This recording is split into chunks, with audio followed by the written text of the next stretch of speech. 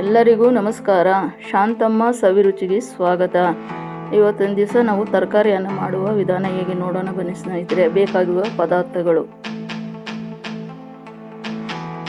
ಒಂದು ಬಾಣಲಿಗೆ 10 ಸ್ಪೂನ್ ಎಣ್ಣೆ ಹಾಕಿದ್ದೀನಿ ಸ್ನೇಹಿತರೆ. ಸಾಸಿವೆ ಹಾಕ್ತಾ ಇದ್ದೀನಿ. ಅದು ಸ್ವಲ್ಪ ಚಿಟಪಟ ಅನ್ನಬೇಕು ಅಂತ ಇದೆ ಸ್ನೇಹಿತರೆ.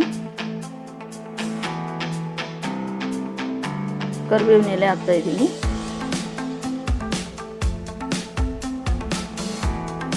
ಅದು ಚಿಟಪಟ ಅಂತ ಇದೆ. ದಪ್ಪ ಸೈಜ್ ಈರುಳ್ಳಿ ಕಟ್ ಮಾಡಿ ಇಟ್ಕೊಂಡಿದ್ದೆ ಸ್ನೇಹಿತರೆ, ಅದನ್ನು ಹಾಕ್ತಾ ಇದ್ದೀನಿ.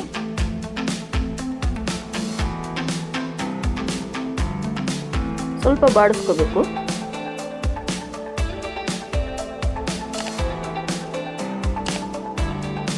ಹಾಗೆ ಬಾಡಿಸ್ಕೋಬೇಕು. ಒಂದು ಇಡೀ ಹುರುಳಿಕಾಯಿ ತೊಗೊಂಡಿದ್ದೆ, ಅದನ್ನು ಸಣ್ಣದಾಗಿ ಹಚ್ಕೊಂಡಿದ್ದೀನಿ. ಅದನ್ನು ಹಾಕ್ತಾ ಇದ್ದೀನಿ ಸ್ನೇಹಿತರೆ. ಅದು ಸ್ವಲ್ಪ ಬಾಡಿಸ್ಕೋಬೇಕು. ಸ್ವಲ್ಪ ಹೊತ್ತು ಹಾಗೆ ಬಾಡಿಸ್ಕೋಬೇಕು.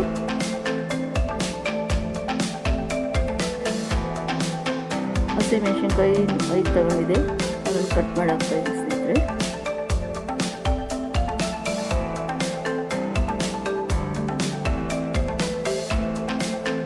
ಉಪ್ಪು ಸ್ವಲ್ಪ ಹಾಕಿದ್ದೀನಿ.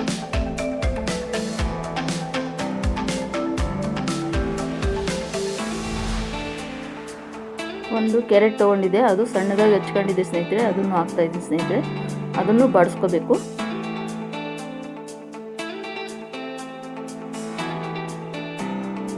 ಎರಡು ದೊಡ್ಡ ಸೈಜ್ ಟೊಮೆಟೊ ತೊಗೊಂಡಿದ್ದೆ, ಅದನ್ನು ಸಣ್ಣದಾಗಿ ಹಚ್ಚಿ ಹಾಕಿದ್ದೀನಿ ಸ್ನೇಹಿತರೆ.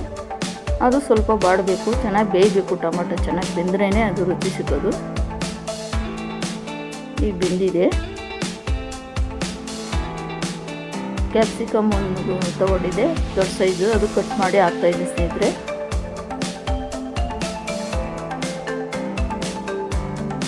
ಅದು ಬಾಡಿಸ್ಕೋಬೇಕು. ಅರಿಶಿನ ಪುಡಿ 1 ಸ್ಪೂನ್ ಹಾಕ್ತಾ ಇದ್ದೀನಿ ಸ್ನೇಹಿತರೆ.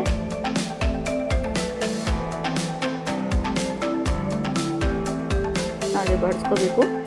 ಖಾರದ ಪುಡಿ 2 ಸ್ಪೂನ್ ಹಾಕ್ತಾ ಇದ್ದೀನಿ ಸ್ನೇಹಿತರೆ. ಚಿಕನ್ ಮಸಾಲ 3 ಸ್ಪೂನ್ ಹಾಕ್ತಾ ಇದ್ದೀನಿ ಸ್ನೇಹಿತರೆ. ವಾಂಗಿಬಾತ್ ಪೌಡ್ರು 1 ಸ್ಪೂನ್ ಹಾಕ್ತಾ ಇದ್ದೀನಿ ಸ್ನೇಹಿತರೆ. ಚೆನ್ನಾಗಿ ಬಾಡಿಸ್ಕೋಬೇಕು. ಇದಕ್ಕೆ ಮೊಟ್ಟೆ ಒಡೆದು ಹಾಕಿದ್ರು ಚೆನ್ನಾಗಿರ್ತದೆ ಸ್ನೇಹಿತರೆ, ಕೊಬ್ಬರಿ ಹಾಕಿದ್ರು ಚೆನ್ನಾಗಿರ್ತದೆ. ಈಗ ನಾನು ಕೊತ್ತಂಬರಿ ಸೊಪ್ಪು ಕಟ್ ಮಾಡಿ ಹಾಕ್ತಾ ಇದ್ದೀನಿ. ನಾವೇನು ಹಾಕಿಲ್ಲ ಸ್ನೇಹಿತರೆ, ಮೊಟ್ಟೆ ಒಡೆದು ಹಾಕಿಲ್ಲ ನಾವು. ನೀವು ಬೇಕಾದರೆ ಹಾಕ್ಕೊಂಡು ಮಾಡ್ಕೊಳ್ಳಿ, ಚೆನ್ನಾಗಿರುತ್ತದೆ.